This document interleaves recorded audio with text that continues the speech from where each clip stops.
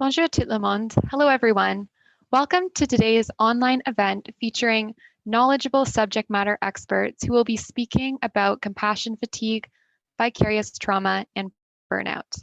Before we begin today's event, we would like to begin with an acknowledgement that N4 is hosted at CHIO, which is located in Ottawa, Ontario. Ottawa is built on unceded Algonquin Anishinaabe territory. The peoples of the Algonquin Anishinaabe Nation have lived on this territory for millennia, and we honor them and this land. Their culture and presence have nurtured and continue to nurture this land. We also honor all First Nations, Inuit, and Métis peoples and their valuable past and present contributions to this land. My name is Mariah Maddock. I use the pronouns she and her, and I'm a project coordinator on the N4 team. I will be hosting and monitoring today's webinar presentation. My co-host is Andrew Tomeyer, and he will be monitoring the question and answer box today. And I'm very pleased to introduce to you today's speakers. First, we have Aamna Ashraf. Aamna is the manager of health equity at the Center for Addiction and Mental Health. She is an experienced professional in the areas of program and policy implementation, stakeholder development, and partnerships. As an advocate for health equity, Aamna leads the award-winning Immigrant and Refugee Mental Health Project and serves as one of Ontario's Health Equity Impact Assessment champions. Aamna holds a master's degree in education, counseling psychology, and has worked in the not-for-profit sector for over 25 years. In her current role at CAMH, she manages staff whose portfolios include interpretation services for the hospital, research and evaluation on numerous research grants, culturally adapted cognitive behavioral therapy, socio-demographic data collection, and health equity education training, which includes the Immigration, Refugee, and Citizenship Canada funded National Immigrant and Refugee Mental Health Project. Welcome, Aamna. Thanks you so much for joining us today. And our next speaker is Chantel Spade. Chantel is the Communications Coordinator for the Immigrant and Refugee Mental Health Project in the Office of Health Equity at the Center for Addiction and Mental Health. Chantel holds a Master of Arts in Immigration and Settlement and is a doctoral candidacy in Policy Studies from Ryerson University. Her research has included the critical assessment of policy options for refugee claimants who have had their claim denied and the impact of mental health on the refugee determination process. She has also worked as a research assistant for the Ryerson Center for Immigration and Settlement and has volunteered at various refugee reception centers. Welcome, Chantel. Thank you so much for joining us today. And we do want to notify everyone that we will be recording today's session, and it will be uploaded on our N4 platform within the next week or so. We will share this with you as soon as it becomes available. And should there be any technical issues that arise during the webinar today, we will inform you with details for an alternate makeup session. And before we begin today's event, we would just like to take a moment to remind you about our platform features to help enhance your participation experience. Throughout today's session, we invite you to write your questions to Aamna and Chantel in the question and answer window. And we know that sometimes many of you might have the same questions or be interested in a particular response. So you do have the option today of upvoting questions you are interested in hearing the answer to, and we will start with the questions that have been upvoted the most first. And our speakers today have no conflicts of interest to declare. And with that said, I am going to hand over the virtual podium to both Aamna and Chantel. Great, thanks. Thanks so much, Mariah. So we are going to start with just going over, if you can just go to the next slide. So our agenda is, we're just going to look a little bit about compassion fatigue, and I'll be doing that section, and then Chantel will talk about prevention, management, and self-care. And what we really want to do is make it interactive. I did see the registration list and some familiar names of agencies and some great partners through our Immigrant and Refugee Mental Health Project. So I'm looking forward to the discussion, but also wanted to mention that if there's things that you'd like to kind of think about, and then reach out to us after. We're happy to answer them, and you can just email us. So if you go to the next slide. So just a little bit about CAMH, because I do know this is a national project, and it's all over Canada, and people are joining from different places. So the Centre for Addiction and Mental Health, CAMH, is the largest mental health hospital in Canada, and a world leader in mental health and addiction research. So we have an average of 6,000 research projects at any given time at CAMH, and we are an academic and teaching hospital. So one of the biggest issues in our healthcare system is the perception that mental health isn't as important as physical health. And even though 1 in 5 Canadians experience mental illness in any given year. So one of the things that we often have in our work is mental health is health. And so the Office of Health Equity has been around for some years. And what we really look at is the disparities in health outcomes. So as you might already know, the disparities in COVID and the disparities for racialized and immigrant and refugee populations has been that much more apparent in the last 18 months. So if we want to go to the next slide. So I know Mariah did mention our Immigrant and Refugee Mental Health Project. This is funded by IRCC, and it is a capacity building bilingual project which offers online training tools and resources to settlement, social, and health service professionals. We have about 5 components to it. So we have an online course, we have webinars, we have toolkit of resources, an e-newsletter, and we have a community of practice that you're welcome to join at any time. We can send out the link in the chat if you're interested. And then if we go to the next slide, this is just a timeline on our project. You can go to the next slide. So some of the ways in which we've been able to, this also demonstrates, yes, we have high numbers, but it also demonstrates the incredible turnover that it happens in the settlement sector. And part of that is sometimes burnout and compassion fatigue and all of those things. So we continuously at any given time have 800 people registered every time we offer, and we wonder, where are people coming from? How is this possible? And I think it speaks to the fact that, the settlement sector is often has a high turnover and is often not getting as much access to professional development. So if we just go to the next slide. Yep. And the next one. So our learning objectives today are describing risk factors for compassion fatigue and secondary trauma. It's recognizing warning signs of compassion fatigue and secondary trauma, and applying prevention and management strategies. So if you go to the next slide. So what is compassion fatigue? It's conditions that can affect professionals working with trauma survivors. And it's really about being able to recognize the signs. And that is probably the most effective way to implement strategies before it escalates. An interesting piece of information was that this morning, I actually just saw an article on compassion fatigue and COVID-19. And one of the things that people were mentioning, and it was interesting, the intersections, is that COVID has actually created a different type of intersection with compassion fatigue. So usually when you would see someone in a health environment, you wouldn't necessarily think that they could prevent their illness. And yet now when people are not vaccinated, like there's a level of compassion fatigue that's declining in some healthcare providers who feel like that could have been preventable. So it's interesting how we sort of see these are not sort of such a cut and dry, but depending on the situation, they can look very different for people. So if we go to the next slide.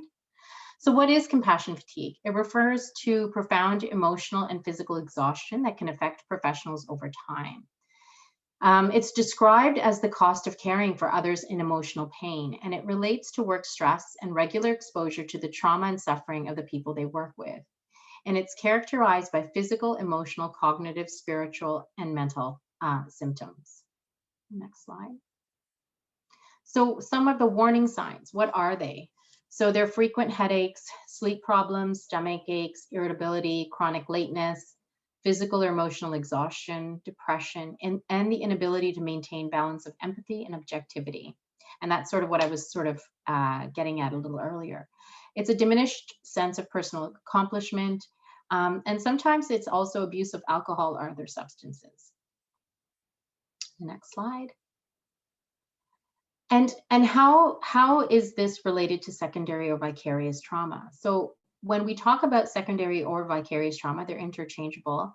We refer to the range of psychological, emotional, and physiological effects seen in professionals working with the survivors of trauma. So it's associated with the cumulative exposure to stories of trauma, suffering, and unjust circumstances. So this is a process that unfolds over time. So compassion fatigue may be a bit more immediate, whereas this would unfold over time. Go to the next slide. So vicarious trauma.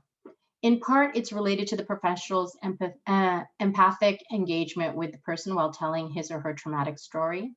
It's listening to the stories that resonate with someone on a personal level that play a crucial role. And it can affect humanitarian workers, social service workers, justice system professionals, healthcare providers, journalists, police officers. So, and the reason why I think this is important to mention the populations that might be exposed to this is that we often are hearing the stories, right? We know also in the settlement sector, for example, we can be the first point of contact.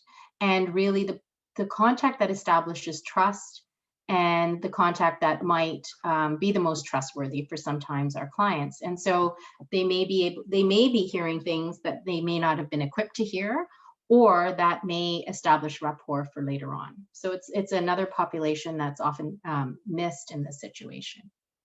Go to the next slide.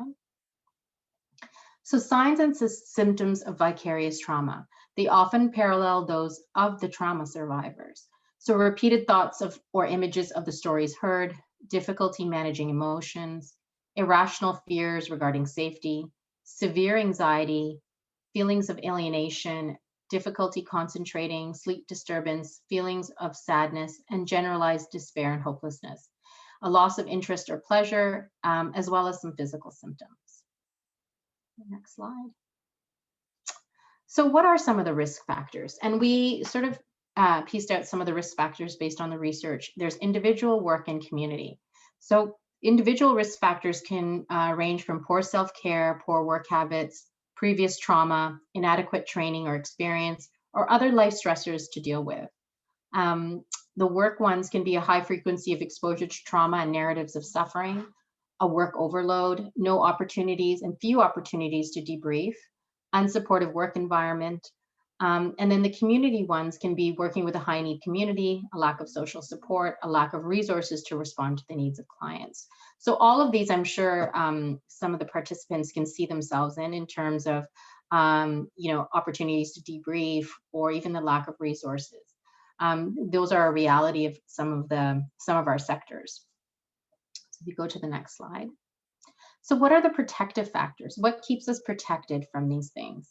Well, there's one of the bigger ones is self-awareness, recognizing the signs and symptoms, balancing between personal and work life. And I know that Chantel will go into what that looks like in self-care, the ability to ask for help and or get support, and then self-care.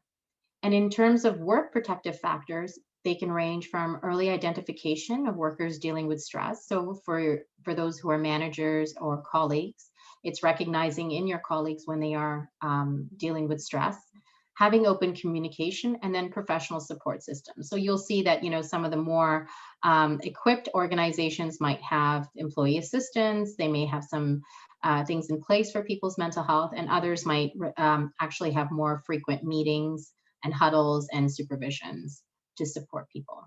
If you go to the next slide. So here's an example that we pulled from UNHCR staff. So it says, I'm starting to have a real problem sleeping lately. I lie in bed for hours and I think about all the terrible stories I've heard from the refugees. I'm so tired during the day. I also notice that I get angry with my coworkers very easily, and they've commented several times to me how irritable I am. Sometimes when the refugees tell me their stories, I feel like I'm not even listening, and I find it hard to care anymore. How can I do my job if I don't care anymore? I'm starting to think the world is a very unsafe place, and I worry about my safety and my family's safety all the time. What is happening to me? So this is an experience of a UNHCR staff, and it's not this is, it might be different from in the Canadian context, but often not, right? These are some of the things that if we are hearing repeated stories, we could also exhibit. We go to the next slide. Actually, if you go back, Mariah, just for a minute. In the chat, is there any comments on this? I mean, I know that we said some questions at the end, but I'd be curious to hear if anybody had any comments to this particular case scenario.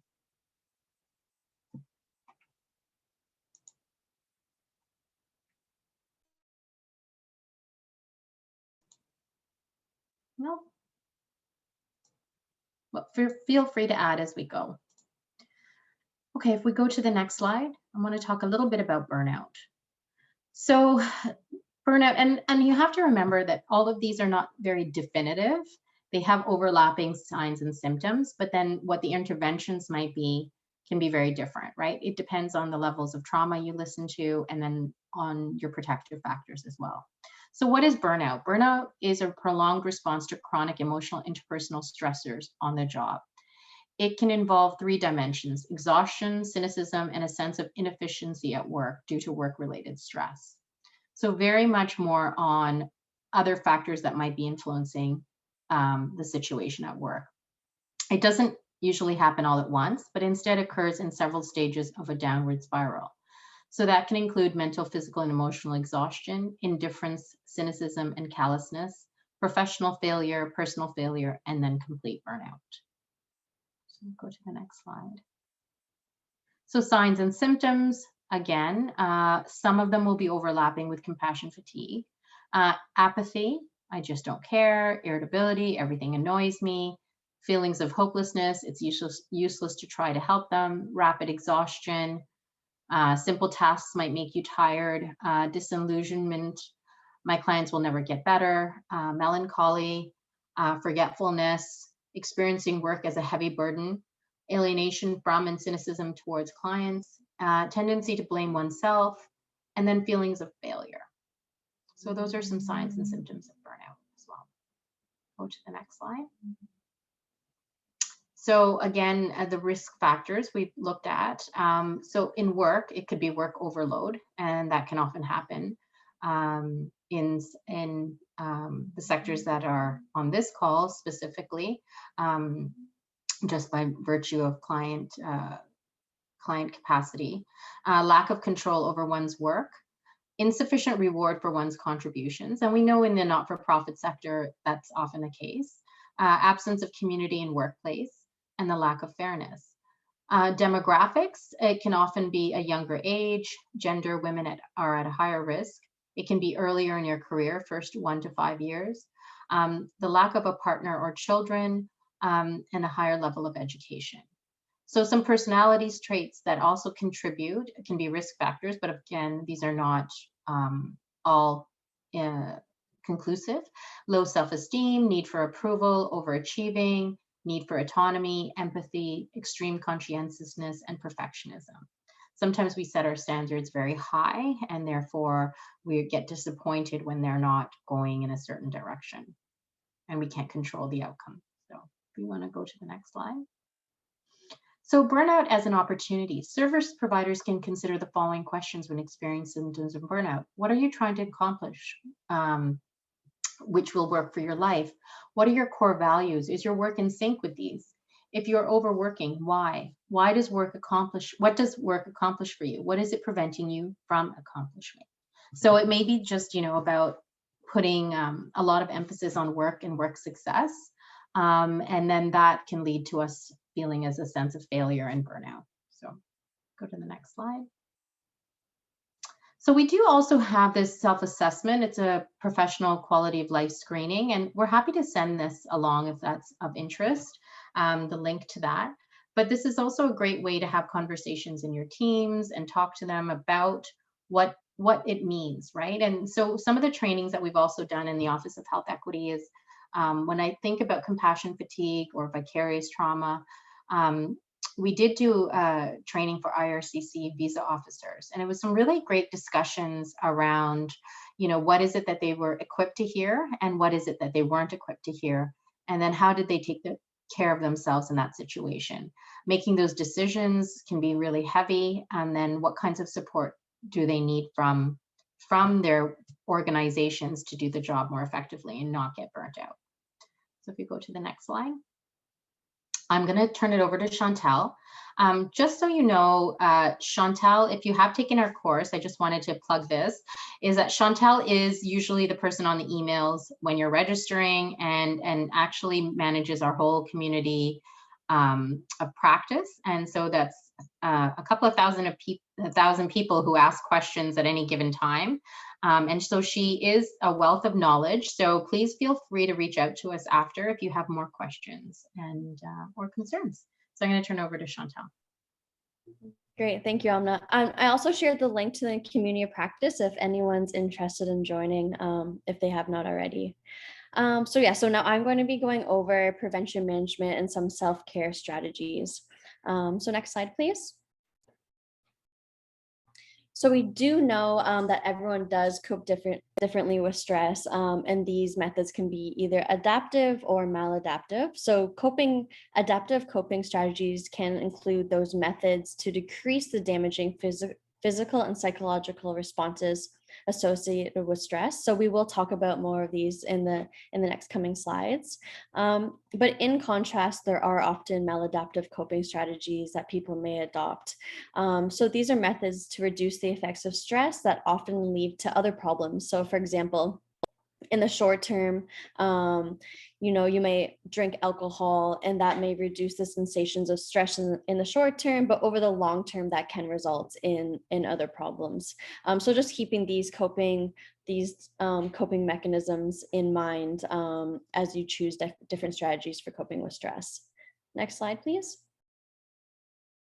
So now we'll go over some of the individual self-care strategies. Please note that this is by no means an exhaustive list, but this is really common strategies that we have seen emerging from the literature. Next slide. Okay, so the first one I'll talk about is boundaries. So often service providers will adopt a sense of responsibility for caring their clients. While this is a really important aspect of providing compassionate care, these feelings of responsibility can also lead to service providers overstepping their bounds and limits with the clients. So boundary issues really happen when the professional boundaries become blurred. So you can ask these questions to yourself about your own boundaries with clients. So what is my role and purpose in this interaction with the client? Am I acting outside of my professional role? Am I identifying strongly with the client? Have I been oversharing my personal experiences with the client? Am I feeling the need to save the client? Am I attending to my own mental health needs? And does it seem that the client is becoming overly dependent on me? So just being aware of these questions. Next, please. Another individual self-care strategy we know is spirituality. So the negative impacts of doing some of this work can result in a loss of sense of meaning for service providers. And often spirituality is important for finding a philosophical meaning for the purpose of life. So some ways to facilitate spirituality, can include organized religion, praying, inspirational literature, meditation, volunteer work. But it's really important that you choose a method that works for you, because we do know that spirituality is on a big spectrum and may look different for others. Next slide, please. And we do know that the literature has shown time again emphasizes the importance of hobbies and exercise as a key self-care strategy. This is really important for maintaining that work-life balance that we often talk about, and also for maintaining an identity that is outside of the workplace. So it's not just what you do for work, but it's also what you do outside of work as well. And I won't list off, but everyone has their own hobbies and interests. So really tapping into those outside of the workplace. And then in addition, we know that social support combined with these hobbies is a really good mechanism for self-care. So this can include connecting with family and friends, and also maybe connecting with team members if you join a sports team, etc. These are really important outside the workplace. Next slide, please. Something that was new to me that came up in the literature recently was this idea of cultural resilience. So the ability to be resilient is not only restricted to the individual's capacity, but also associated with an individual's cultural identity. So one study that we came across was the experiences of Hispanic caregivers, for whom caregiving is seen as very important, and where it is actually seen as culturally inappropriate to perceive the role of caregiving as a burden. So participants stated that their extended family system is a really strong protective factor for their well-being. So just keeping that in mind. Next slide, please. So now I will go over some of the organizational and structural self-care strategies that have also emerged from the literature. We do know that organizations really have this responsibility to create an emotional, supportive, physically safe, and a consistently respective work environment for their staff in order for them to be able to provide appropriate and adequate services to their clients. So there's a few ways that organizations can do this. Next slide, please.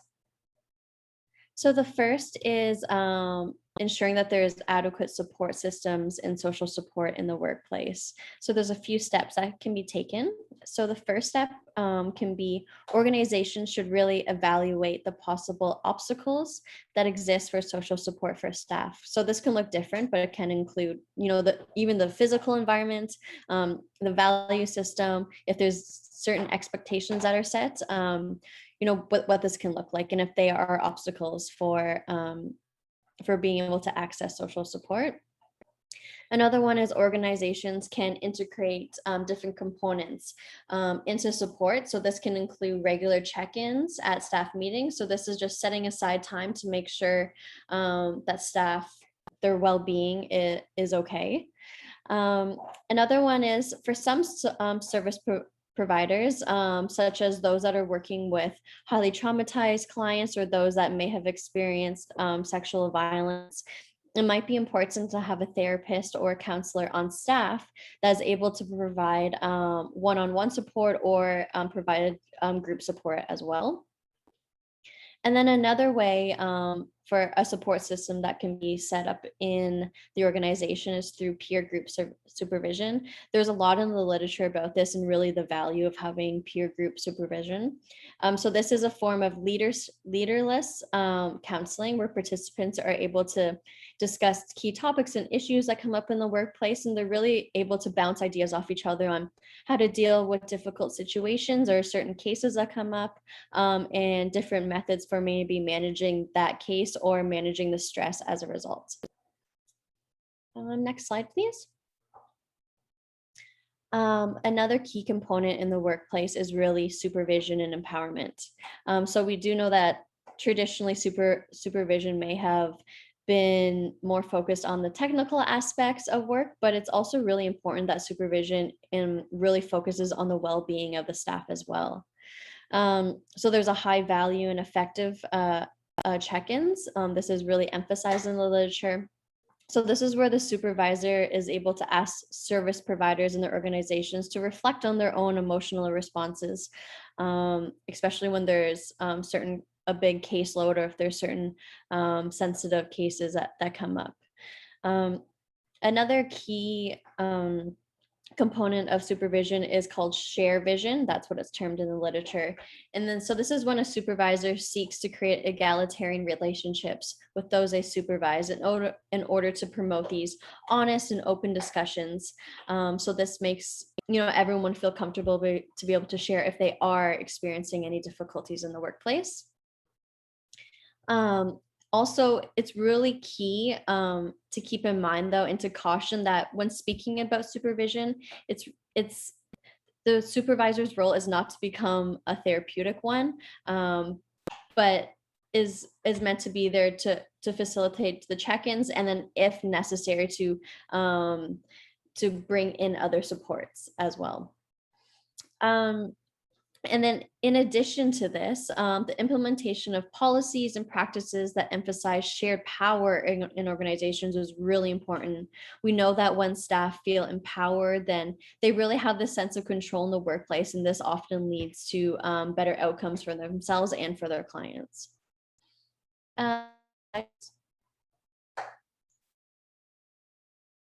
And another component of self-care that an organization can implement is we do know that there's greater risk for experiencing vicarious trauma if a service provider is ill-prepared by their education. So therefore, organizations should really encourage this ongoing professional education in the area specifically of trauma and other areas as well. So this is just really to equip service providers with a range of resources for dealing with their own self-care and for dealing with difficult cases or anything else that they're dealing with in the workplace. This educational training or professional development can really it's suggested that service providers should be made aware of how burnout, secondary trauma, and compassion fatigue may manifest so that they can become, back to what Aamna was saying about just being aware of these signs and symptoms is really a key to getting the support that you need. Next slide, please. Okay, so now I will transition into talking a bit about self-care during COVID, as this may look different in working remotely or however you are working. So we know that this really falls within the same bucket. So, wellness, organizational strategies, supervision, education. I'm not sure if anyone would like to share, but in the chat, if you did anything specific or that was different during COVID for your self-care, if that looked different to anyone, if you want to share in the chat box.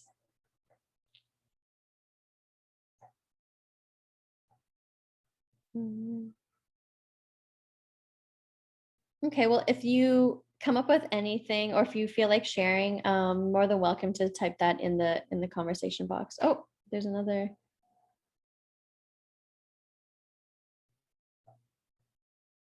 Oh, sorry, I was reading not the chat box, but there's also the Q&A box as well. So people are saying, more exercise. Others were saying it was very difficult during the waves of the pandemic. Absolutely. Okay, thank you for sharing. Next slide, please. So just a few tips that we've also heard from the literature and others about self-care during COVID. So the first is really finding that balance, staying informed, but also being able to check sources only maybe once a day. So you're not inundated with information all the time. Being really intentional about unplugging. So setting aside your electronics, disconnecting from social media outlets, and you may even really need to schedule a time to do this. Be like, I have 1 hour a day to be on social media, and then the other time you're doing something else. Another thing is dealing with problems in a more structured manner. So this really speaks to setting like a priorities. So not everything is urgent or needs to be urgent. So really tackling with what you need to at first, and then maybe setting aside stuff for what can wait till tomorrow. So you're not experiencing burnout and compassion fatigue and all those things that we had spoke about. And also remembering that we are all very resilient. And that we do have the ability to cope. And we have seen this through the pandemic. And I'm sure you can all tap into those coping skills. And so just remembering that as well. Another thing is challenging those anxious thoughts. High levels of anxiety and stress are really fueled by the ways we think. And we know that not all thoughts are facts. So just being in tune to and being aware if you're falling into a pattern of these thoughts, and then also just being kind to yourself. So all these self-care strategies that we're thinking of, just trying to integrate those into your daily routine, they can all make a big difference. Next slide, please. And what may be helpful to some is actually creating a self-care plan. Here's an example of a template that we've shared through the Immigrant and Refugee Mental Health Project. So just being able to write stuff down, often that might be helpful. And that can include all of these categories or additional categories as well. But that might be helpful to write it down. Next slide, please. And as we know, you can implement all these self-care strategies, but you might need additional help or support from others. So when to seek help. This is recommended when there's persistent and severe symptoms of a stress that really impair your functioning. So, this is when you're not sleeping, you're not eating, you might be crying often, your ability to work is not there. So when these things start to creep in, it's often time to seek professional help. Next slide, please. So to end the webinar on a more positive topic, we do know that many service providers describe very positive impacts of doing this work, and from interacting with clients who have really overcome a lot of hardships, and really a lot of service providers really benefit and find it very rewarding to be helping immigrants and refugees. And this is termed vicarious trauma, or compassion satisfaction in the literature. So just really being able to tap into that. Next slide. So yeah, like I said, it's really important to tap into vicarious trauma, or sorry, vicarious resilience, not trauma. So try asking yourself, some of these questions. So what challenges have you witnessed your clients overcoming in the therapeutic process? What did your clients stimulate in you that you want to nurture and expand? How was your perception of yourself? How has this been changed by your clients' resilience? How has your general outlook of the world changed? Has there been any impacts on your views of spirituality? How can you integrate this into your own life? How have your views on trauma work been positively impacted by your clients' resilience? And how have the ways you take care of yourself been impacted by your clients' resilience as well? So just keeping these in mind, that there's a lot of positives to take from your interaction with clients and from this line of work. Next slide. I think that's conclude. So this is, you can reach out to us. This is our project email. I facilitate that inbox, so I'm more than happy to answer any questions that we may have. And I think that brings us to the Q&A session. And we can also, if there's a particular question we can't answer, we have a host of psychiatrists that help us with these types of questions. And so if we can't answer it today, or we want to take it back, we will link to a psychiatrist who is an expert in this area to connect and give you the answer through that. So please know that we're happy to connect as well. Great. Thank you so much, Chantel and Aamna. This has been so informative. This is such an important topic. And thank you for sharing some really practical strategies for how to manage vicarious trauma, burnout, and compassion fatigue. So we do have a lot of questions in our question and answer box. Yeah, I can see And that. I'll just remind everyone that you can upvote questions that you're interested in hearing the answer to. We'll prioritize those questions first. And I'm just going to jump right in. The first question is around professional boundaries. So Yes. Any tips for maintaining professional boundaries when you belong to the same social or religious community as your clients, while still being able to attend these for my own well-being? So I think that's a really good question, because specifically in sectors where you are also from the same community that you serve, those can be it's really challenging, because you see the same people when you do go to, a spiritual or religious event, or in the community. So my experience, and from experience that I've had with colleagues, it's about really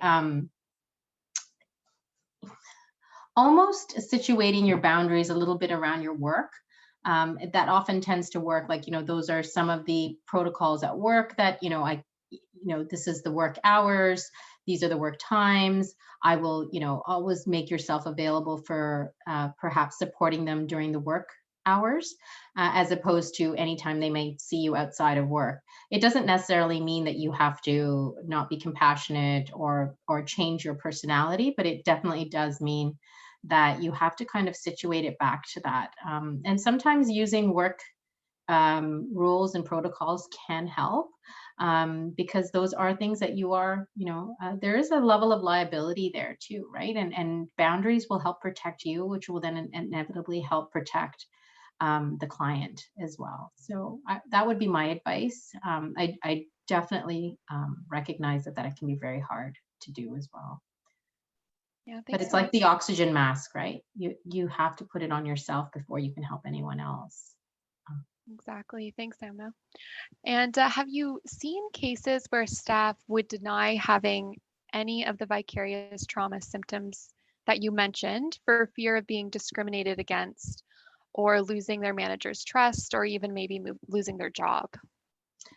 I don't think that that's an unusual thing. I think that sometimes people don't recognize it because they think, well, how wouldn't I feel sad hearing what I hear? How I'm human. But I think it's a question of also, some people feeling as though, their managers may not have empathy for that, or their colleagues might not have empathy because everybody's in it. But we're all very different people, and how we take in information and what it may trigger in us or what it may take from us is going to vary. So I do think that it's a question of I don't know if there's higher levels of burnout. Healthcare in general, or any type of human related profession, is going to have much more burnout and much more trauma related issues, but they also will have to put in more things in place. So for example, and I used to work in the shelter system, one of the things that was a really key component to working in crisis was the debriefs, right? So the handoffs afterwards, meeting with colleagues, it was all confidential information. So I couldn't necessarily go home and share that with anyone.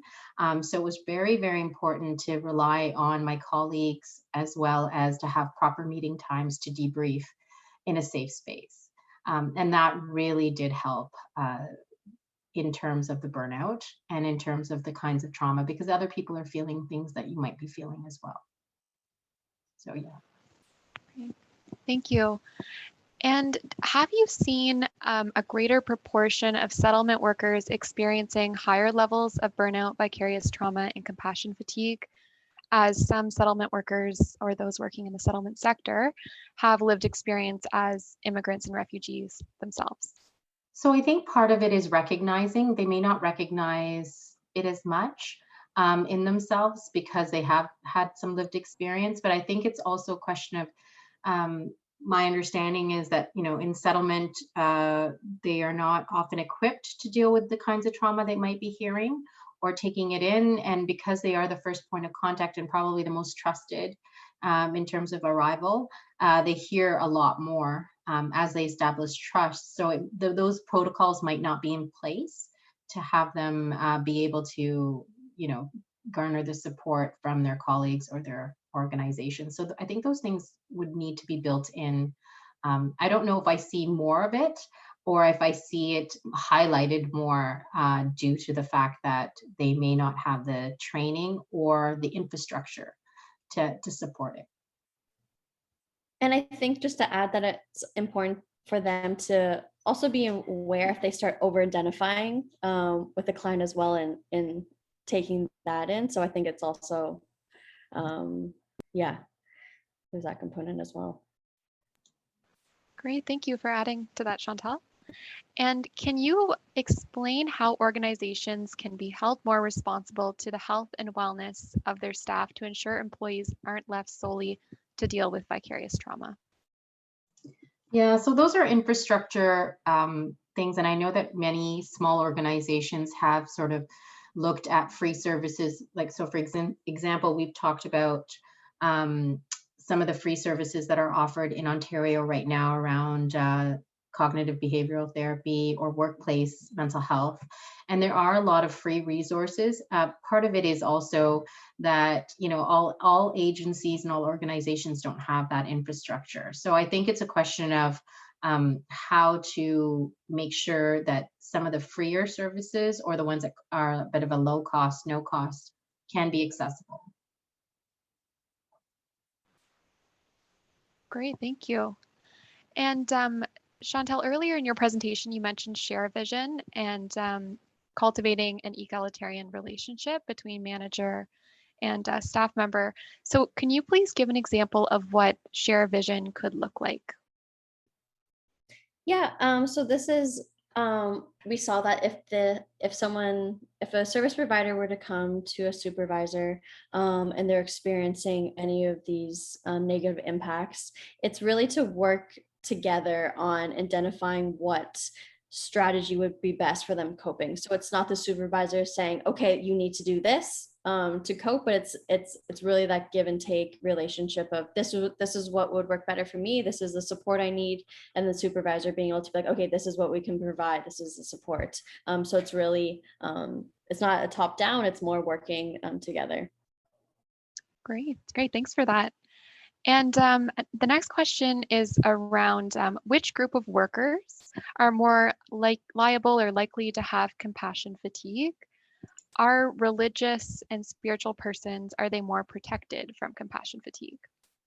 Oh, I don't know the answer to that. That's an interesting question because often, religion can be a protective factor on a variety of different things.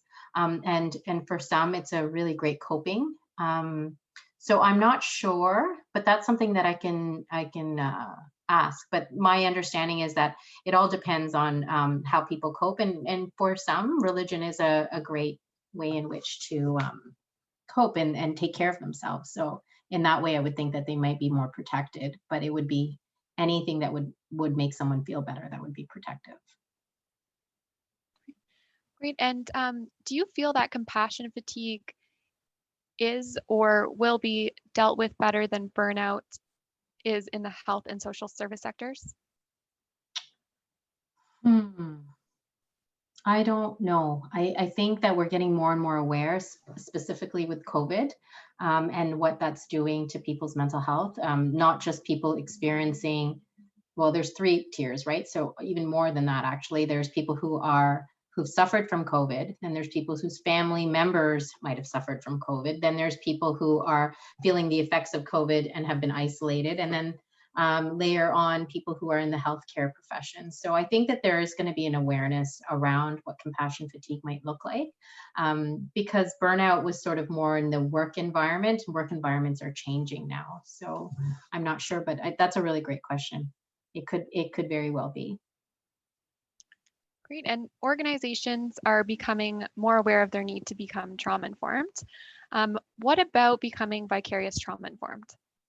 I think that's a component of it. I think being trauma informed, one needs to become more vicarious trauma informed as well. I do think that's a component of trauma informed care in terms of what it does to people who are actually hearing the trauma.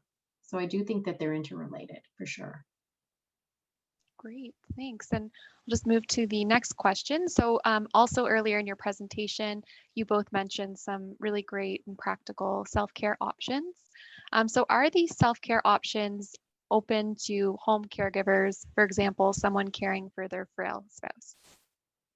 Oh, I think, caregiving is a really interesting one. I think self-care, even when you're a caregiver, is incredibly important, but it may look different, right? Because that person lives in your home, it's 24/7. So what does that mean? What are the things that make you feel good that you can arrange for you to take a break? So the self-care might look very different when it's in your home. It's not an easy separation, and especially when you're a caregiver. So I think it would look a bit different. But I think there's more focus on the individual self-care strategies rather than the organizational or structural self-care strategies, because that doesn't exist. Yeah. Great. Okay, thank you. And the next question is around having those conversations with managers or someone's boss. So how can you have a conversation with your boss about vicarious trauma, compassion fatigue, and burnout? And what support could they give to you? And it is a difficult conversation to have. So what strategies can you offer that might help broach this subject with a manager? Well, I think that part of it, that's a really interesting point. So one of the things that we are creating in our project, and I don't mean to, just plug our project, but it is a really interesting thing that you raised about the manager and the staff sort of interaction. One of the things that we wanted to do for our immigrant refugee mental health project is create a manager's course, which management and leadership can take on how to support their staff and how to make their organization shift to be able to understand the needs of immigrant and refugee mental health. And I think that's one component we need to really talk about, is that like how to support staff who are hearing the information. So that isn't, we do have at CAMH a workplace health workbook for managers. It's always great to start with giving people resources of where other places might have some best practices. But it's also a question of, being able to express your concerns that you would in any other way in a management relationship. So it depends on your relationship with your manager and then the organization's commitment to this. But there are some great resources for management to have these conversations, and we can send those as well, if that's helpful. Yeah, that's great. And that sounds like a very exciting development and a needed Yeah, we felt as though a lot of our course was sort of going this way, where we'd have the same people taking the course, but it wasn't going this way, meaning we wanted it to be sort of a board and leadership express course, so that they understood where their organization might need to also adapt and pivot in response to the mental health needs of immigrants and refugees, and then inadvertently support their team and their workers, right? Their settlement workers. Yeah, great. Okay. And we have time for one more question. So this question does compassion fatigue have something to do with an individual's personality, or is it something that they develop because of their environment? So I think, again, that would be more of a expertise kind of question. My understanding is it is as we said, that there can be some resilient factors of individuals or the environment, and it can be different stages in your life, right? It could be that, you might have had the same job 10 years ago and not reacted the same way. And in 10 years, you might react differently based on your life stage and what you've encountered and what you're hearing. So it really just depends. It's not so, the answer is not so cut and dry. So it can depend on a variety of factors besides just environmental or just in terms of personality. Personalities change over time, for sure. Great. Well, I just want to thank you both, Aamna and Chantel, for this really informative webinar, and again, such an important topic. I do see some comments too in the Q&A box. One person commented, some organizations have wellness days for employees who work with trauma survivors. This helps in self-care and their ability to reset. So we will be moving this on-demand version of this to N4's meeting place, which is an online discussion forum. And we encourage you to share any kind of strategies similar to this comment that you might have in place at your organization to help protect against compassion fatigue, vicarious trauma, and burnout. And we also will be providing, Andrew's put the contact information for the Immigrant and Refugee Mental Health Project in the chat as well. And we also will be sharing some resources to accompany Chantel and Aamna's webinar today on vicarious trauma, burnout, and compassion fatigue. And we're also happy to answer any questions, again, like on our community of practice or any of those places, if people are interested. And we can also share when our manager's course comes out. That's wonderful. And so for everyone who's viewing today, we will be sharing that on-demand version with links to the various resources that were mentioned today. And we just want to thank you all for taking the time to join us today. Thanks for your comments and your questions. Chantel has offered to answer these in our meeting place as well following the webinar. So keep your questions coming if there's anything that's lingering after today. And we also have a survey following today's session that you will be invited to complete. And these surveys really do help us to continuously improve. So we value and appreciate any feedback that you can offer to us. And if you missed any part of today's presentation or want to watch this again, we will be posting a recording within the next week. And as well, I just want to leave the final words with our speakers today. Aamna and Chantel, do you have any final words for the audience? I would just say, like, be gentle to yourself. It's COVID. You're trying to help a lot of people. And I think, you know, don't fail to recognize what you need as well. And in that, and there's no, there should be no guilt or feeling, you know, sometimes people often can feel like they're being a bit selfish in those areas, but self-care is not selfish. It's about taking care of yourself so you can actually be equipped to help other people. That's it. Wonderful. Well, thank you so much, both. And thank you to everyone who's joined. We look forward and hope to see you at a future online N4 event. Thank you. Thanks for the opportunity. Thank you. Thank you so much.